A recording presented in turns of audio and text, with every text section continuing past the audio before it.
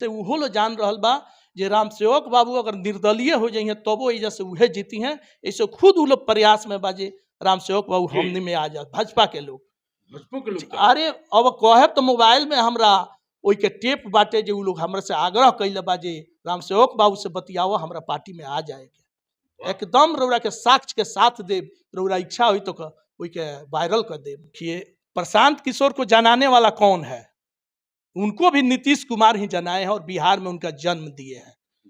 काहे कि 14 में होंगे केंद्र में, लेकिन 15 में वो आए तो नीतीश जी का समर्थक बने, उनका प्रचारक बने, प्रचार किए और क्या बोले सुने हैं कि बिहार में बहार है और नीतीश कुमार है। चूक एक हो गई कि मान ली जौन हमनी के दोस्ती रहे नो, वह दोस्ती में रौरा मान ली दोस्त ना रहा, छुरा घोप दिया। मान लीजिए कि 2 दिन में जो भाजपा के सहयोगी हमनी के गठबंधन रहे आ उहे लो मान ली कि वोट के तीतर बीतर करल एक खातिर करे कि जब तक राम सेवक सिंह जीती हैं ए सीट पर रहिए तब तक भाजपा के टिकट कहियो ना मिली। ऐसे वो लोग भीतर भीतर मान ली कि सेनमारी कल जाए, इनकरा के हटावल जाई, एक बारी हरी हैं तबे इस सीट हमनी के कब्जा में आई।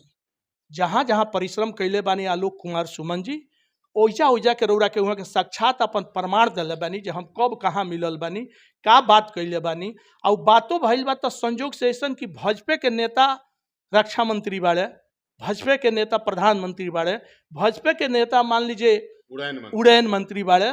तो जहाँ गई हुई तहाँ के रौरा सीडी हुई, रौरा पता करी जे गई बड़े कि जनक जी दोनों आदमी के अगर निकाल के उ सब सीडी ध देव आ अगर जनक जी गई हुई है इतना जगह पर आई कागजात जुटा दिल हुई तो हमनी के चुनाव में जौन कहे तौन करे के तैयार बनी सब। कि जब जनके जी खोज दिले रहनी तो जनके जी के रामचंद्र जी बैठल बानी देश में तो उड़ान भइल काहे ना? जनक जी और रामचंद्र जी तो ऐसा साबित होता है कि कागज में देखी जनक जी तो आज तक कागज ना देखी, मन से जितना वहाँ के बोल ले, काहे कि वहाँ के प्योर भाजपाई ना है, प्योर वहाँ के बहुजन है, बहुजन जी जी जी जी। आ जे रौरा से कहत होई नु ओकरा के 100 हाली ना 12 हाली गाड़ी दिले हो बहुजन मंच से। नमस्कार, मैं गोपालगंज में हूं और मेरे साथ जनता दल यूनाइटेड के मजबूत स्तंभ हैं, बहुचर्चित समाज सेवी हैं बबलू मिश्रा जी आज मेरे साथ मौजूद हैं और गोपालगंज के हालिया राजनीतिक घटनाओं पर चर्चा करेंगे। कुछ लगे हाथ प्रदेश की राजनीति पे भी चर्चा हो जाएगी। बहुत स्वागत है, बहुत वंदन है आपका। जी नमस्कार, शुभकामना बा रौरा के। सब यहाँ हवाई अड्डा के लगे राउर घर बाप तो जहाज उतर तारी से सोए सोए रात में तो सुतल काल हो गई हुई आवाज। जी अभी जहाज तो उतरत नहीं है, लेकिन आशा बाजे आलोक कुमार सुमन जी रहे तो जरूर जहाज उतर जाए। लोग भाजपा के लोग कहता जी राजनीतिक जुमला रला, कुछ भइल नहीं के, हवा में ही सब काम भइल, लोग के फरमावे खतरा, वोट लेवे खतरा। जी जी देखी ईश्वर के कृपा से जी जो रहेला उहे कहेला तो जुमला वही लोग के शब्द कहल है, जुमला हमनी के कहल 15 लाख वाला। तो ऐसे जुमला रुआ खाता खुलवाले नहीं ना सवाले नहीं खे खाता हम खुलवाई। 15 लाख आ जाए घरवा में को आदमी बाड़े रौरा पता कर ले। रुआ घर में को आदमी बाड़े? हमरा घर में लगभग तो हमनी के 10-15 आदमी रहनी है सब। बाप रे 15 हां कितना भाई? अब जोड़ दी तो रउआ जीवन कोई पुस्त राउत खूब आराम से चाभी तो बैठ के खाई कोनो कामे करे के ना रहे। तो पत्रकार साहब एगो हमनी के बानो कि उपरवार आमद में माने हमरा विश्वास न रहे। सरकार दी तो काहे ना सरकारों के बुझी गलत पैसा हम ना लेबे। गलत पैसा जी गलत ऐसे जे मान ली हम कोनो मेहनत परिश्रम कैले नहीं तो 15 लाख आई कहाँ से? देश के राजा कह रहा है कि आपके अकाउंट में 15 लाख भेजेंगे, आप कह रहे हैं कि वो गलत है। देश जब से वैसे सन्यासी प्रधानमंत्री के बारे में गुलाम के जी गुलाम के पहले भी जो राजा थे और बाद में देखिए उसमें बहुत अच्छे भी हैं बहुत गड़बड़ भी हैं, तो उसमें ये भी जुमलेबाज है, अपने कहें कि हम जुमलेबाज हैं। जुमला था जी जुमला नहीं था आएगा। जी नहीं आएगा जी। अब तो जहाजवा के का हुई जी? जहाज माने हम लोग को विश्वास है कि आलोक कुमार सुमन जी अगर फिर से अगर एमपी बन जाएंगे, सांसद बन जाएंगे तो क्लियर है 100 में 100% की जहाज उतरेगी। लग रहा था कि इसी बार उनके इसी कार्यकाल में जहाज उतरने लगेगा। थोड़ा सा कार्य बहुत माने कठिन था लेकिन उसको पटरी पर लेकर आ गए हैं। जहाज उतरने वाला जो कागजाती जो मुद्दा है सब उसी में उसको वक्त लाते जाया हैं। हो गया। जी जी जी, उसी में लग गया। तभी अभी लगे हैं, उनका एक ही सपना है कि हम जहाज को यहाँ से उड़ान भरवा के छोड़ेंगे। भाजपा के एक नेता से एक दिन हमरा बात होत रहे तो उ कहत रहे जे आलोक कुमार सुमन हवा में बतियावत रहे, उ तो जनक राम जी रहले, तबे सब कागजवा खोज लेले रहले, संसद में आवाज उठौले या वही बेरा उड़ान योजना में शामिल हो गई रहे। तो ई बताई कि जब जनके जी खोज दिले रहने, तो जनके जी के रामचंद्र जी बैठल बानी देश में, तो उड़ान भइल काहे ना? जनक जी या उ रामचंद्र वो जी? रामचंद्र जी। अरे बाप जी। तो ऐसा साबित होता है कि कागज में देखी, जनक जी तो आज तक कागज ना देखी, मन से जितना वहाँ के बोल ले, काहे कि वहाँ के प्योर भाजपाई ना है, प्योर वहाँ के बहुजन है। बहुजन बहुजन बहुजन जी हिताय जी जी बहुजन जी। सुखाय। आ जे ई रउरा से कहत होई नु, ओकरा के 100 हाली ना बारंबार हाली गाड़ी देले होके बहुजन मंच से। रउरा याद पारे। जी, जी। तो रह गए जे उ लोग तो गाड़ी सुन के अभी अब झूठ के मान ली सच बनावे में लागल रहेला। काहे से एक ही झूठ के 100 बार अगर बोल देम नु तो सच हो जाई। तो भाजपा के लोग के कुर्ता लंबा, पैजामा लंबा, झूठ लंबा, एकदम सटीक बैठेला हवा हवाई के। तो अब देखी जहाँ जहाँ परिश्रम कैले बानी आलोक कुमार सुमन जी, ओइजा ओइजा के रउरा के वहाँ के साक्षात अपन प्रमाण दिले बानी जे हम कब कहाँ मिलल बानी, का बात कैले बानी। और बातों भइल बा तो संजोग से ऐसन कि भाजपा के नेता रक्षा मंत्री बाड़े, भाजपा के नेता प्रधानमंत्री बाड़े, भाजपा के नेता मान लीजिए उड़ैन मंत्री बाड़े। तो जहाँ गइल हुई तहाँ के रउरा सीडी होई, रउरा पता करी जे ई गइल बाड़े कि जनक जी, दोनों आदमी के अगर निकाल के उ सब सीडी ध देव, आ अगर जनक जी गइल हुई इतना जगह पर, आई कागजात जुटा दिल हुई, तो हमनी के चुनाव में जौन कहे तौन करे के तैयार बनी सब, खाली सब सीडी ध देव अपन। जे का लागत अभी काम तो कुछ काम देखी यहाँ के अथक प्रयास से रउरा सारा कागजात लेके आ गइल बनी।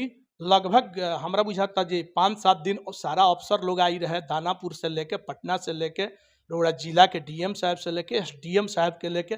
का जनक जी कहियो लेके आई रहनी एगो चौकीदारों के, उ सब चौकीदारे बोलेला, तो एगो चौकीदार के रउरा बता दी वहाँ के माने ईटा पर एजा लात पैर धैले हो कि तो हम जौन कहीं।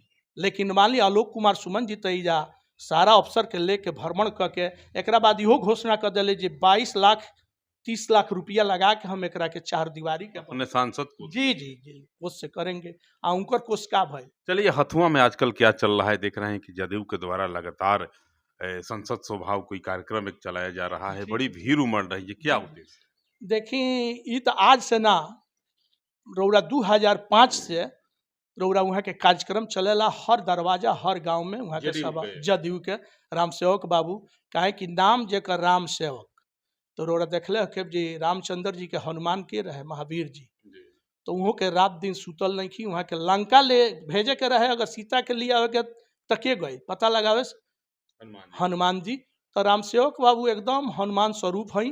रउरा देखे वहाँ के 30 दिन में एक दिन घर ना रहिले, एकदम भ्रमण जनता के सेवा में लागल रहिले। आ ई देखी हथुआ राज है, इहू जा राजा रामचंद्र जेगा राजा होंगे, इहो राज के किला बा। तो वही ये सुशोभित नाम राम सेवक सिंह के छोड़ के दोसर केहू जीती आई ओकर नाम में सटते नहीं खे, ऐसे जे ना ओकर कर्म ही रही, ना ई स्वभाव रही, ना संस्कार रही, ना चरित्र रही। तो ई जौन नेता के गुण हटे तौन बस एगो राम सेवक बाबू में हथुआ में बा। रउरा उठा के देख ले भी हम आगे अगले में क्या लग रहा है?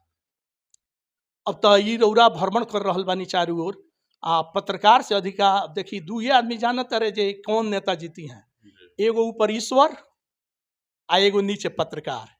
दोनों आदमी के एकदम एक बात जेगा कि रोगी जी हैं कि मरी हैं, डॉक्टर जानता रहे, वही पत्रकार से अधिका केहू नहीं खेल। अच्छा, इतना घूम कैसे लेते हैं राम सेवक बाबू? देखते हैं कि सुबह से लेके देर रात तक लगातार घूमते रहते हैं, मंत्री थे तैयो, विधायक थे तैयो, सचेतक थे तैयो, अखनियो घूम रहे हैं पूरा। जखनी देखिए तक जौने गांव में देखिए तहे चल जाते हैं, लोगों से मिलते हैं।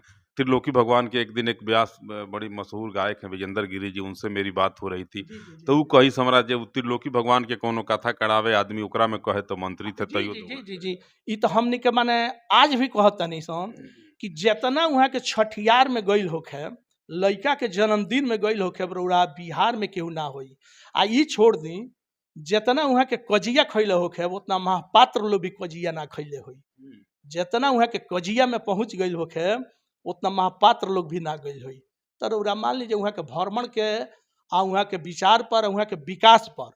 विकासो वहाँ के जानतन के करी ले, घर बैठल ना। वहाँ के योजना बनेला जे भ्रमण में देखे कौन रोड सबसे खराब बा, कौन रोड एकदम चले लायक नहीं है, कौना गांव के स्थिति खराब बा, चुन के एकदम एगो रफ वहाँ के लिखी ले। आ रफ के अनुसार वो विकास के अपना जो मद आई तो यह डीएम के पास योजना विभाग में लिख के भेजी ले। आ दूसर का एक और क्वालिटी बा जो वहाँ के कोनो कार्यकर्ता रौरत जानत हो के हम वहाँ के बहुत लगाव के कार्यकर्ता हैं, लेकिन हमार योजना, हमारा गांव के 3-3 योजना भइल ओकरा के वहाँ के अपने स्वयं जांच कैले होखे और ओइ अफसर के बोल होखे कि देखे कोनो योजना कार्यकर्ता हमार जे बा वो मान ली बंडर बाट ना करस, खराब ना करस, वो एकदम करके दियाइल बा। उनकर जन 10% रौरा चार्ज होला ठेकेदारी वाला तो उनकरा जाए के चाहिए, लेकिन कार्य जो न होखे के धरातल पर सही काहे कि ओइ पर हजारों जनता के चले के बा, जनता के हमरा कठिनाई ना होखे। तो वहाँ के कार्यकर्ता के देखले होके जे बहुत कैले होके तब कार्यकर्ता खुश काहे ना रहे लो, काहे कि वहाँ के जनता के लेके चली ले। तो वहाँ के एकदम बुझी जे एगो बहुत भारी विकास पुरुष बानी, लेकिन अब तक आज पटीदारी बंट जाता, एगो पटदार साथे बाड़े तो एगो कहता रहे हम चूक कहाँ चूक एके गो हो गई कि मान ली जौन हमनी के दोस्ती रहे नो, वह दोस्ती में रौरा मान ली दोस्त ना रहा, छुरा घोप दिया। मान लीजिए कि 2 दिन में जो भाजपा के सहयोगी हमनी के गठबंधन रहे आ उहे लो मान ली कि वोट के तीतर बीतर करल एक खातिर करे कि जब तक राम सेवक सिंह जीती हैं ए सीट पर रहिए तब तक भाजपा के टिकट कहियो ना मिली। ऐसे वो लोग भीतर भीतर मान ली कि सेनमारी कल जाए, इनकरा के हटावल जाई, एक बारी हरी हैं तबे इस सीट हमनी के कब्जा में आई हैं। ए सीट पर रहिए तब तक भाजपा के टिकट कहियो ना मिली। ऐसे वो लोग भीतर भीतर मान ली कि सेनमारी कल जाए, इनकरा के हटावल जाई, एक बारी हरी हैं तबे इस सीट हमनी के कब्जा में आई। यही जमान ली लोग चुप कर दिया ना। तो राम सेवक बाबू के वोट रौरा जौन 2015 में मिल रहे वो से 500,000 अधिक वोट मिलल बा। वहाँ के जनता, वहाँ के वोटर वहाँ के साथ है बड़े आज आ कालो रही बुझी जे अब वैसन नेता तो रौरा हथुआ विधानसभा में नहीं लौकत कहाँ है। सारा विरोधी चाहता रहे यहाँ के हमारा पार्टी में मिल के लड़ी, हमारा पार्टी में काहे कि वो लोग के विश्वास बा कि अब की बार इहे के जीत होई। यहाँ के साथे हर जनता रौरा डरार तूर के पार्टी छोड़ के अभी वोट दी। चल रहा देखी आज के तो डेट में रौरा सबसे विरोधियों के अगर जाए वैसे जे रौरा राउर तो विरोधी केहू नहीं के पत्रकार बानी, लेकिन हमनी से खुद जे हमनी के दूसरा पार्टी के बा विरोधी बा ऊ कह रहा बा कि हो राम सेवक बाबू के अब केहू हराई ना, अब वहाँ के जीत सियोर बा। तहार नेता अब तो जीत रहल बाड़े। बहुत पार्टी के लोग तो हमारा से ही कहले बा जैसे मित्र टाइप बा कि सुना ना हो अब कि यहाँ के कह ना पार्टी में मिले के टिकट यहाँ के एने से मिलो, काहे कि ऊपर वाला कह रहा बाड़े कि टिकट दियाओ। तो हर पार्टी के लोग नेता चाहत कार्यकर्ता कि वहाँ के हमनी के दल से लड़ी, काहे कि एकदम वहाँ के अब की राम सेवक बाबू के सब लोग यह चाहता जे राम सेवक सिंह के हमनी के अपना पार्टी में मिला के टिकट दियाओ। जौना के लेके बुझी जे सब लोग एकदम यह कह रहा बा जे ना राम सेवक बाबू के छोड़ के जा केहू वो लायक विधायक ना। भाजपा के भी बड़ा लहर बा, एकदम आंधी चलता, तूफान, कमजोर घर होके तो उजाड़। जानते नहीं भाजपा के लहर रौरा हरदम रहेला, लेकिन वो में राम सेवक बाबू देखी ले जे केहू वहाँ के ना, वहाँ के एगो लहर बा जनता के सेवा में, मध्यम वर्ग गरीब जात पात कहीं के सवाल नहीं है। ऐसे उहो लो जान रहल बा जे राम सेवक बाबू अगर निर्दलीय हो जाइए तबो एजा से उहे जीती हैं। ऐसे खुद वो लोग प्रयास में बाजे राम सेवक बाबू हमनी में आ जा भाजपा के लोग। अरे अब कहे तो मोबाइल में हमरा ओई के टेप बाटे जे उ लोग हमरा से आग्रह कैले बा जे राम सेवक बाबू से बतियाओ हमरा पार्टी में आ जाए के। एकदम रौरा के साक्ष्य के साथ देव, रौरा इच्छा हुई तो ओई के वायरल कर देव। हम गलत ना बोली ले, बबलू मिश्र के पता करे कहीं जे एके गो बाजी लो सच्चाई पर रहे वाला है, साच के साथ देला, गलत के ना। ये घड़ी तो प्रधानमंत्री बने के नीतीश जी चाह में है कि दुर्भाग्य है कि वो अभी तक नहीं बने हैं। काहे कि बिहार के बेटा को एक बार बनना चाहिए। बिहार के बेटा जब तक अगर प्रधानमंत्री केहू ना बनी, कैसे बनी है बिहार के बेटा के रुआ कहत तनी जे प्रधानमंत्री बनी है। उन्हीं के बिहारवे के नेतवा सब कह रहा है जे नहीं वो जो है उनका टिप्पणी में नहीं के लिखल। एगो बड़का पगड़ी वाला आए हैं आजकल, नमवा क्या है उनका, भाजपा के प्रदेश अध्यक्ष सम्राट चौधरी बड़का पगड़िया वाला।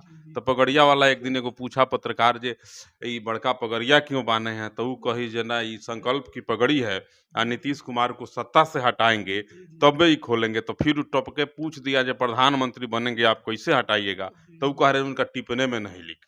ना ना, वो सही बोले हैं कि इनको मुख्यमंत्री से हटाएंगे। काहे कि जब वो प्रधानमंत्री बन जाएंगे तो स्वयं इस पद से हट जाएंगे।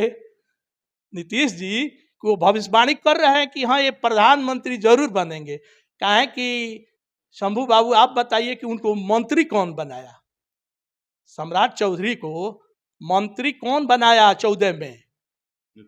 तो जब किसी को भाग खोल सकते हैं तो क्या उनका भाग नहीं खुलेगा? उनका ईश्वर खोलेंगे। जो दूसरे का सहयोग करता है उसका सहयोगी कौन होता है? परमात्मा। प्रशांत किशोर तो कह रहे हैं कि नीतीश कुमार को बिहार के बाहर कौन जानबे नहीं करता। देखिए, प्रशांत किशोर को जनाने वाला कौन है? उनको भी नीतीश कुमार ही जनाए हैं और बिहार में उनका जन्म दिए हैं।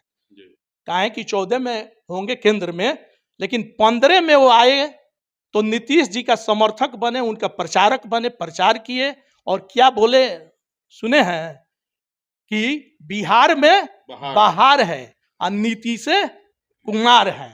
तो मान लीजिए कि जब वही कहें कि नीतीश कुमार विकास पुरुष है, अरे बाहर का मतलब यही है नीतीश कुमार न्याय के साथ विकास देने वाले हैं। वही जो नहीं कहना चाहिए वो विकास दिए। और जो योजना लागू हुआ 7 निश्चय, आप बताइए कि 7 निश्चय पूर्ण हो गया कि नहीं हुआ? 7 निश्चय पूर्ण होकर 1 और 2 चलने लगा। और इसको देखकर बुझिए कि देश में इस योजना को प्रधानमंत्री ने लागू कर दिया। तो अब बताइए, प्रशांत किशोर को उन्होंने जब हटा दिया, वे थे कि हम दूसरे पंक्ति में आकर और नीतीश कुमार का कुर्सी पर हम बैठ जाए। दारूबंदी पर चचा लोग कह रहा है, भाजपा के लोग कह रहे हैं कि नीतीश कुमार जी दारू बंद कर दिए और घर घर नौजवानों को रोजगार उपलब्ध करा दिए, होम डिलीवरी। कैसे कहता है कि हेलो, कैसे बोलता है? ठीक है। तो इसका प्रश्न बाकी कुछ हम आपसे पूछेंगे। आप बताइए कि हर बाजार में जो शाम को लोग पी कर और गिरते थे, झगड़ा करते थे, कहीं कर रहे हैं? कहीं। शादी में हम लोग जो मुखिया थे, बीडीसी थे, जाते थे किसी के फंक्शन में ना, तो हम लोग देखते थे कि उधर सब पियक्कड़ है तो इधर कगरी होकर बैठते थे, या तभी आ जाता था और हम लोग को बेइज्जत कर देता था। आज कोई कर रहा है शादी विवाह में? अच्छा, कोई घर में आकर अपने पत्नी को, लड़के को मारता है? कहीं। सभी लोग पी कर भी आते हैं तो बोरा कमरा ओढ़कर सोच जाते हैं। तो बताइए, ये तो होगा? चलिए सब यहाँ हवाई अड्डा में चल जाऊँ, का होई चले कि ना चले। लोग अरब से फोन करेला कि ये सर कुछ बताइए कब तक चालू होगा, कब तक नहीं चालू होगा। तो हम एक दिन एगो से कहे कि रुकिए, एगो नेताजी का घर हवाई अड्डा के बगल में है, उन्हीं से जाके पूछते हैं कि रात में जहाजवा उतरता है कि जी। देखिए, अभी तो उतरता नहीं है, लेकिन हम लोग यही मना रहे हैं कि आलोक कुमार सुमन जी फिर दोबारा आ जाए तो वो अब दोबारा आएंगे तब। मान लीजिए कि इतना काम तो कर दिए हैं, कोई किया था अभी तक? मान लीजिए अपने कोष से पैसा दे दिए हैं, जी, बाउंड्री के लिए कागजात लेकर और चले आए हैं जिला में, और जिला के डीएम से लेकर एसडीओ सभी लोग लग गए हैं। अब क्या चाहिए बताइए? बड़ी लोग कहता है कि आपके सांसद लोग का फोनवे नहीं उठा। अच्छा, एक बताइए सर कि अगर कोई औरत को गर्भ ठहरे तो कितने माह पर लड़का होगा? 9 महीना। 6 में चाहिएगा तो होगा, 5 पर होगा। तो इसका भी टर्म है, इसका भी समय है। समय हवाई अड्डा का एकदम 9 माह, इसका भी जब पूजेगा तो हो जाएगा। एकदम विश्वास रखिए। देखिए, बबलू मिश्रा जी हैं, वो बहुचर्चित सोशल एक्टिविस्ट हैं, हथुआ विधानसभा क्षेत्र के जनता दल यूनाइटेड के एक मजबूत स्तंभ भी हैं। जब बात विवाकी से रखने की होती है तो सबसे पहले जिस व्यक्तित्व का नाम सामने आता है, उस सूची में सबसे पहले नाम शामिल किया जाता है बबलू मिश्रा का। वे दलगत भावनाओं से ऊपर उठ करके अपनी बातों को रखते हैं। सबे हवाई अड्डा को लेकर के कहते हैं कि विगत 5 वर्षों में डॉक्टर आलोक कुमार सुमन ने सबे हवाई अड्डा के तमाम कागजातों को खोजा। एक-एक शहर से, बड़े-बड़े कलकत्ता जैसे महानगरों से, जहां अंग्रेज यहाँ के डॉक्यूमेंट्स को ले जाकर छुपा के रखे थे, अंग्रेजों के छुपाए हुए सबे हवाई अड्डा के कागजातों को निकाल लेना वास्तव में बड़ा कठिन कार्य था। आलोक कुमार सुमन के अथक प्रयास से वह कागजात भी ढूंढ लिया गया। सांसद ने यहाँ माफी भी करवा दी। चारदीवारी के लिए अपने सांसद निधि से 20 लाख रुपए डोनेट भी कर दिए, रक्षा मंत्रालय को दे दिया कि लीजिए, अगर आपके पास पैसा नहीं है तो मैं 20 लाख रुपया अपने सांसद मद से आपको देता हूं और आप तत्काल चारदीवारी का कार्य पूर्ण कराइए। सबकी निगाहें सब यहाँ के हवाई अड्डा पर टिकी है। बात जब हथुआ विधानसभा क्षेत्र के विकास की होती है तो बबलू मिश्रा जी कहते हैं कि राम सेवक जैसा वास्तव में कोई नेता नहीं है और राम सेवक उस राम के अर्थात नीतीश कुमार के हनुमान हैं और उनकी एक-एक आदेशों का अक्षरशः पालन करते हैं और अटारियों-अटारियों छलांग लगाते हैं, उछल करके कूदते हैं और विकास की योजनाओं को इस घर से उस घर तक पहुँचाते हैं। यही राम सेवक की नियति है और आने वाला समय अगर ठीक रहा तो इनका कहना है कि अगला विधायक राम सेवक सिंह कुशवाहा ही होंगे। बाकी आप मुझे मेरे पेज पर देख रहे थे, आप इनके बातों से कितना सहमत हैं कमेंट करेंगे और ज़रूर बताएँगे। मुझे आपके प्रतिक्रिया की प्रतीक्षा रहेगी। तब तक तमाम लोगों के लिए नमस्कार।